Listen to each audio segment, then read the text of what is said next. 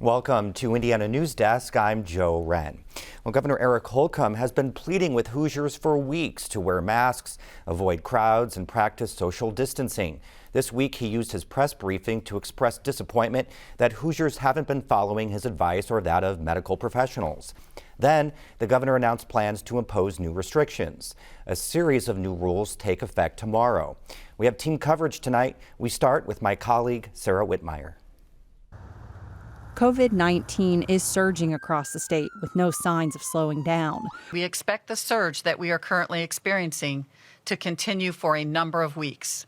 We throw around a lot of numbers when we try to explain the impact COVID-19 is having in Indiana. By nearly every metric, it's getting worse. Indiana continues to break records with new daily COVID-19 increases. Every day this week, the state reported more than 4,000 new cases. Hospitalizations are also at an all-time high at more than 2,500. The governor this week said the situation is becoming critical. The number of hospitalized COVID patients is at an all-time high. And hospital officials tell us that in some instances, their patient numbers may double over the next several weeks. For weeks, Holcomb has resisted calls to reinstate any coronavirus restrictions. Since moving to Stage 5 of the governor's Back on Track reopening plan at the end of September, Indiana's 7-day positivity average has increased by more than 300%. Stage 5 has been viewed by some as a reason to return to the days before we ever heard of the words COVID-19 or pandemic in a modern day sense. Too many have said, we'll just ride it out, and if I get it, so be it. So beginning this weekend, Holcomb says there's no more Stage 5. We're taking these steps again to try to reduce the number of people who contract the virus, to quarantine those who are close contacts and isolate those who test positive, to protect our hospital capacity, and to give some measure of relief to our stressed and strained healthcare workforce and system.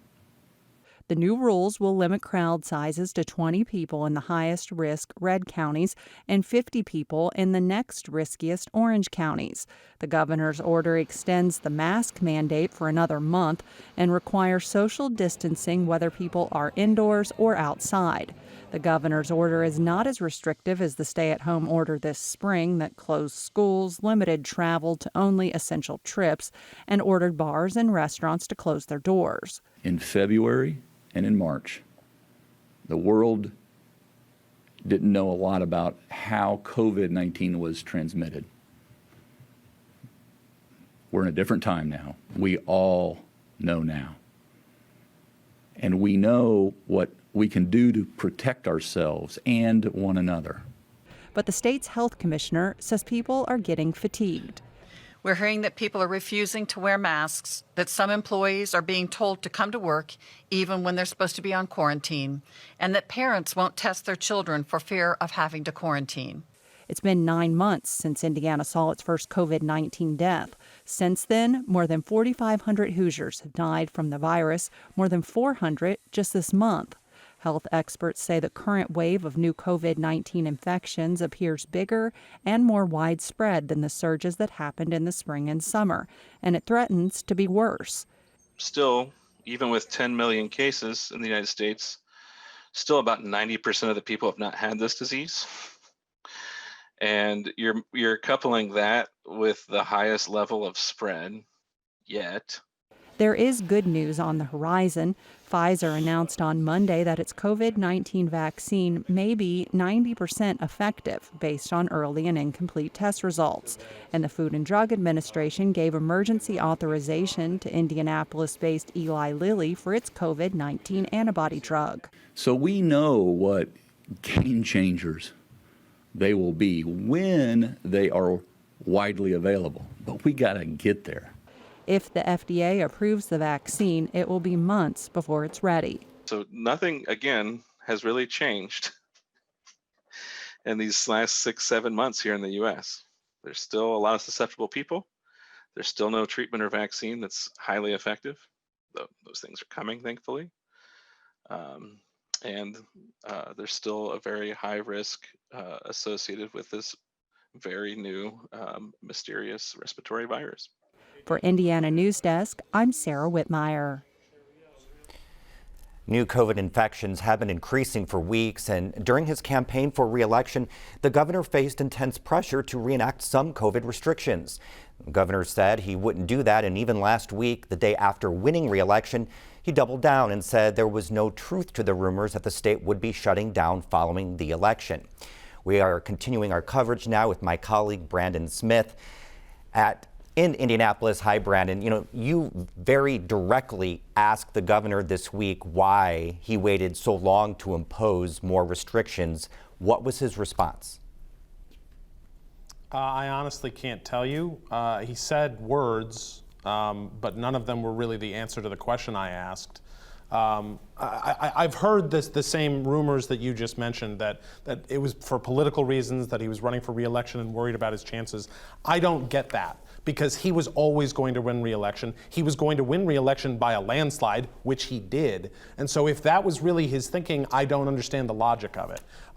Quite honestly, I don't really understand why it took until now.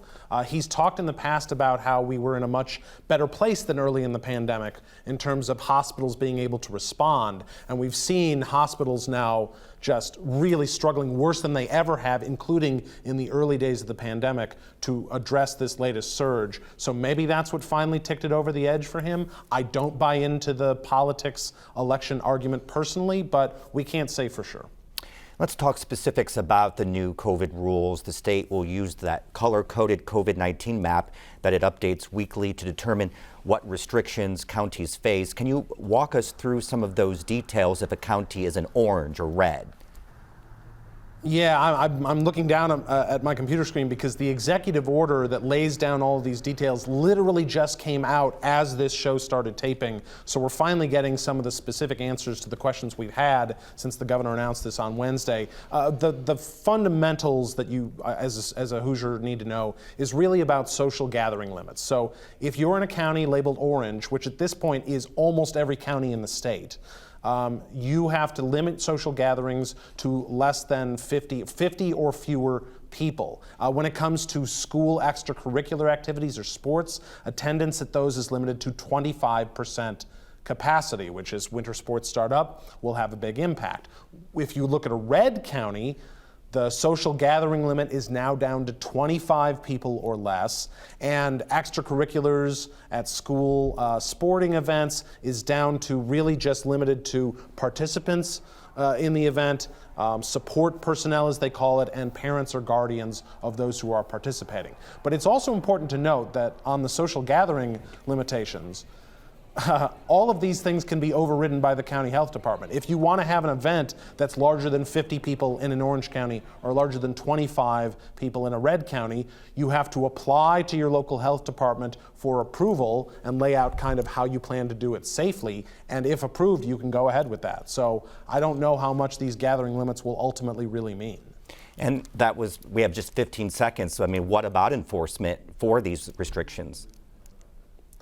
There doesn't appear to be much. The governor has talked about using state agencies, but really to educate, for instance, business owners, as opposed to actually enforcing any of these rules.